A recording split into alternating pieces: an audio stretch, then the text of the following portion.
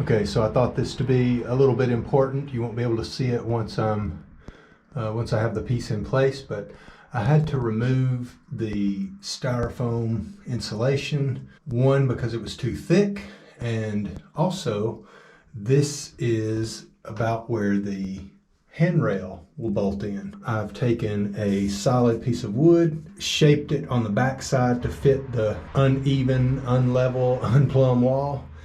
And so it's got, you can see the gap here. It's tight, pretty tight up here at the top, but it's cut away in the middle because there's a big hump in the wall.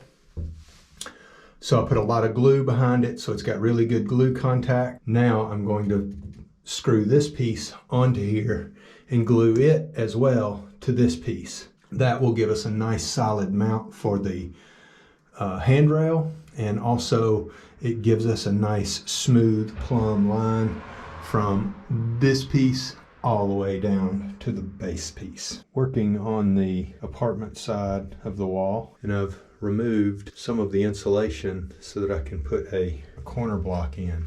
So it'll be like a zigzag, 80 millimeters, 50 millimeters. It's going to come this way about 70 millimeters or so. That gives me plenty of room to screw the plywood here, screw the plywood here. I will have a black corner revealed. So I've removed some of the material that was behind the insulation because it was bulging out and not giving me a level or plumb surface here. I'm going to bolt the corner piece into this post, and that will secure it really tight. And then I'm going to bump it out to this level, because we have to deal with the stair stringer here. The plywood will go all the way to the steps, all the way down. And so I'm going to bump it out and build a cap here. I want to go around this power switch. This is a switch to the upstairs power, so that when you are not going to be in the apartment, you can just cut this off and it shuts everything. It shuts all the power to the apartment off. And so there'll be a small hole here, a recess in the wall where that key will be. This will go across to here and down, so there'll be like a flat surface here. And then once I have that done, I can move back over to this side. Then I can do both sides at the same time, and this section will be finished. Okay, well, over the past few days, I have been able to make some progress. Right here, we have the stairway post. That's where the handrail will ultimately attach, and the handrail will end here on this side. Over here on the other side, we'll have a handrail that goes all the way up. I have installed this piece and this piece, but this piece is just sitting on top, and it's got a lip inside where the plywood goes up into it, and then I have it built out with 2x4 material inside here, and I've still got to cut out my keyhole for my electrical switch. I've also installed trim.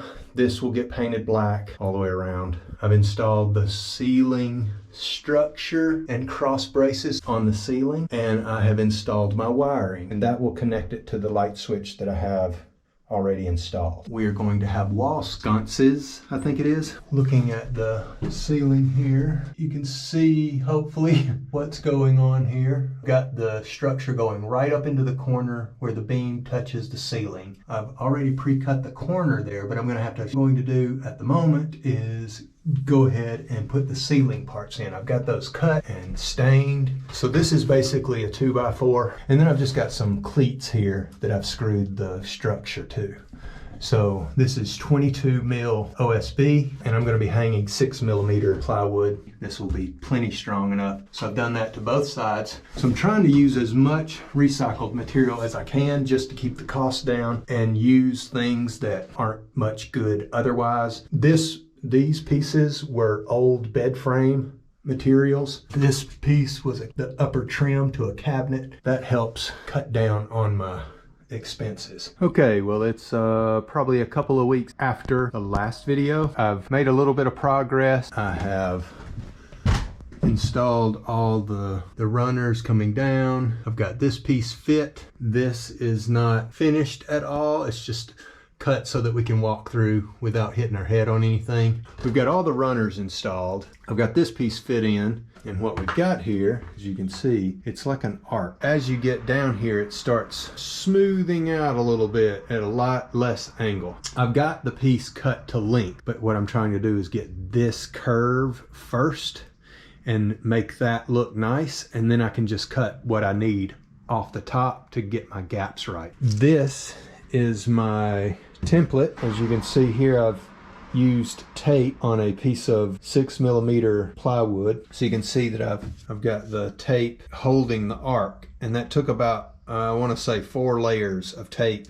before the tape stopped stretching. You can see like it's fitting pretty nice. This is the piece that I've got cut to length, and I've drawn my arch here on the board, and so I'm going to cut that out with a jigsaw. Then we're going to see how close it is, fitting it in there and making sure everything's good. Now, this is not perfect by any means, but all of the imperfections should not be noticeable once all the plywood is in place and screwed in. I purchased some screws the other day.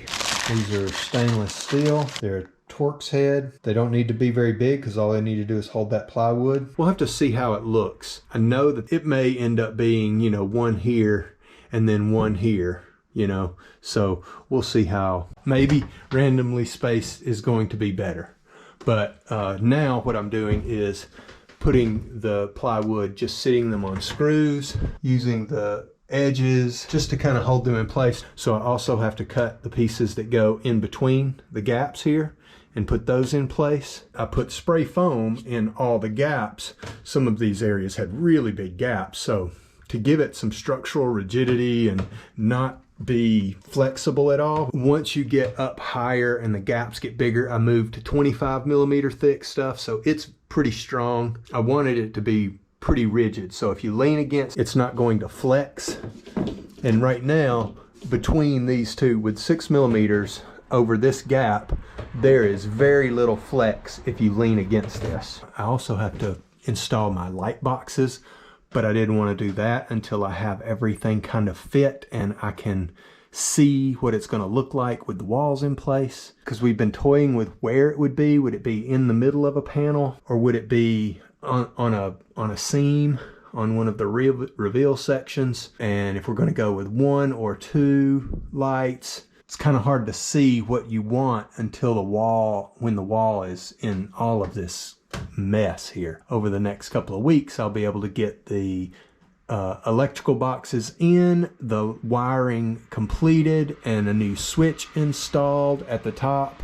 I've already got the new box here. This is the old switch, but that will be a new switch there. Also, I was able to snake the electrical cable from this box. This is the supply box. The wire comes from the electrical box down over to this switch, and there'll be a light here in the middle of the ceiling, and then that supply power comes up over. That's the front porch light, and then this box is the supply box, and then it goes to this switch, and it's a 3-way switch, so there's a switch at the top. So now I have new wiring for the switch at the top. This wiring is new, and I've snaked a supply wire through the beam here over to the basement lights. The hallway, the stairway, and the first set of basement lights are all on one circuit. But ultimately the kitchen will be on its own circuits,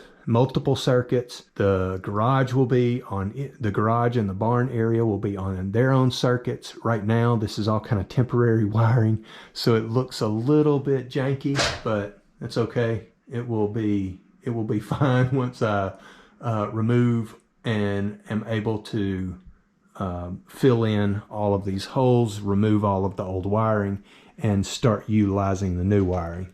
We need to get the walls finished before we start wiring in new outlets and switches and that kind of stuff. All right, well, that does it for the video. We'll see you soon.